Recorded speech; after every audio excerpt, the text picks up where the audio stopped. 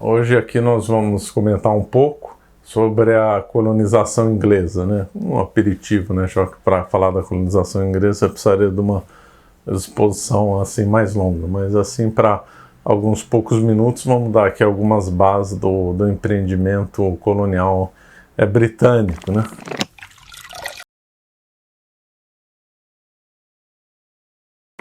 Inicialmente vamos dizer que aqui no Brasil, né, infelizmente as pessoas têm um fascínio pela colonização inglesa inexplicável, né? Associam tudo que vem do mundo anglo-saxão como bom, como excelente, e do mundo ibérico foi tudo ruim, tudo péssimo. Do mundo ibérico veio as supostas colônias de exploração, e do mundo anglo-saxão perfeito, maravilhoso, veio as colônias de povoamento. Isso é uma típica visão de liberais, de gente americanófila, de gente conservadora da linha inglesa, etc., que infelizmente está crescendo muito no Brasil, né? Normalmente o pessoal de esquerda tem uma visão totalmente errada, ainda pior ainda, claro, mas normalmente eles tendem até a nivelar mais a colonização, dependendo do caso, colocar todo mundo no mesmo saco, né? Mas esses fascinados pelo mundo liberal anglo-saxão veem a Inglaterra então como a grande potência, a grande difusora da civilização na América, na África, na Índia, sei lá onde mais. E essa visão é uma visão mitificada, uma visão completamente errada, né? Lembrando que as visões de história no mundo inteiro se ensinam inverdades, né? Se ensinam corrupções da história, não é só no Brasil. Nos Estados Unidos eles endeusam os pais fundadores da nação, os Founding Fathers, né? De modo ridículo. Na Europa também ensinam um monte de bobagens. Não sei como é que eu ensino na Namíbia, nem em Botsuana, nem no Laos, mas garanto que deve ser mentiroso. Com a decadência nossa da civilização, eu acho que duvido que tenha assim um país que a história não esteja sendo falsificada e não haja mentiras, né? Então vamos comentar então um pouco sobre essa verdadeira lenda, esse verdadeiro mito da colonização inglesa, né? A Inglaterra começou as navegações ainda antes do advento do protestantismo, mas com o protestantismo, com a Isabel I, que as coisas deslancharam, fundaram as 13 colônias, né? E tal, que supostamente seria colônia de povoamento. Mas vamos ver uma citação, né, de um autor aí para dar os fundamentos, o que ele comenta sobre o início da colonização inglesa.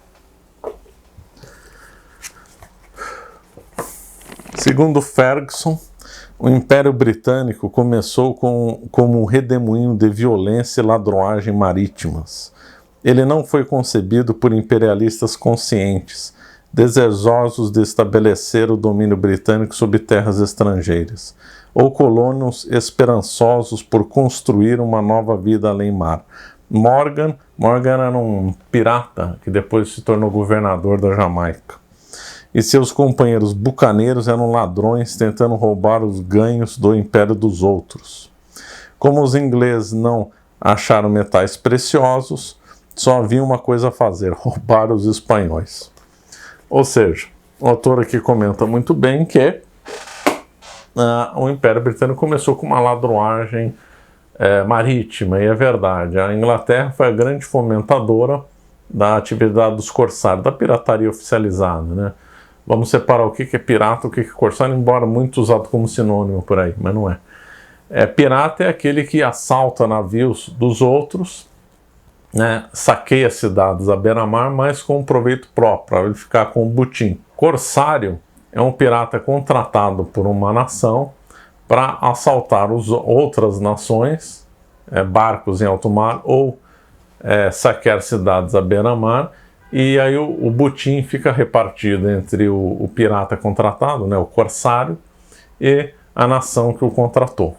Pois bem, a nação na história que mais recrutou piratas para atividade de corsário foi a Inglaterra, disparado, número 1. O documento que formalizava a atividade do corso, né, a atividade dos corsários, era chamada Carta de Marca, né? E quem mais expediu carta de marca na história foi a Inglaterra, né? O Morgan é um exemplo dessa parceria. Morgan foi pirata, foi contratado pelos ingleses e se tornou administrador da Jamaica, quer dizer, Puseram lá um ladrão para administrar. Então, foi assim. A Holanda também se utilizou muito da pirataria, da ladroagem marítima. A Espanha, durante um bom tempo, foi proibida, né, a atividade de corsário. Portugal, em determinada época, usou contra os mouros, mas depois aí abandonou. Então, a atividade de pirataria no mundo ibérico era muito pequena e a atividade de pirataria da Holanda e da Inglaterra era gigantesca, né? Eles praticamente viviam disso. Aliás, na Holanda, a cara de pau era tão grande que a Companhia das Índias Orientais cunha lá como balanço atividade de filibustagem, ou seja, atividade de pirataria, quer dizer, cara de pau, né? Colocava lá como contabilidade o que eles próprios roubavam, né? É uma coisa assim horrorosa. A França também se utilizou muito de corsários, né? Aqui o Brasil sofreu muito atividade de corsários franceses, mas o mundo ibérico utilizou bem pouco disso, né? Em Portugal, inclusive, havia uma lei que era proibido saquear cidades à beira-mar dos adversários, né? Então, já começa aí o mito cair, né? Então, a Inglaterra então começou com ladroagem. O povo lá só queria saber de dinheiro, não era assim, não. E aí, quando eles foram para as 13 colônias, aí já começa o erro. A Inglaterra não colonizou os Estados Unidos, colonizou as 13 colônias, né? Os Estados Unidos foi formado depois. A maior parte do território americano não pertencia às 13 colônias. A maior parte do território americano foi colônia francesa e colônia espanhola, né? As 13 colônias, sim, foram britânicas.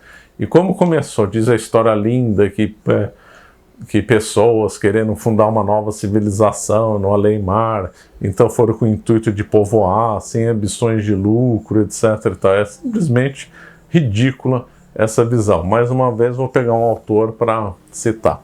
Então, segundo Andrew, a fundação da colônia da Virgínia foi um empreendimento comercial empreendido por certos indivíduos privados com o objetivo de expandir o comércio da Inglaterra e trazer lucro tanto para ela quanto para os investidores. Ou seja, a colonização da América do Norte, das 13 colônias, foi feita com uma empresa comercial, foi feito como um empreendimento comercial. Era entendido assim na Inglaterra, a ponto da administração das colônias, depois de um certo tempo, pertencia ao Ministério da Indústria e Comércio. Nós vemos que isso daí é muito diferente da visão da suposta colônia de povoamento. E depois, qual que era o tratamento que eles tinham em relação aos índios?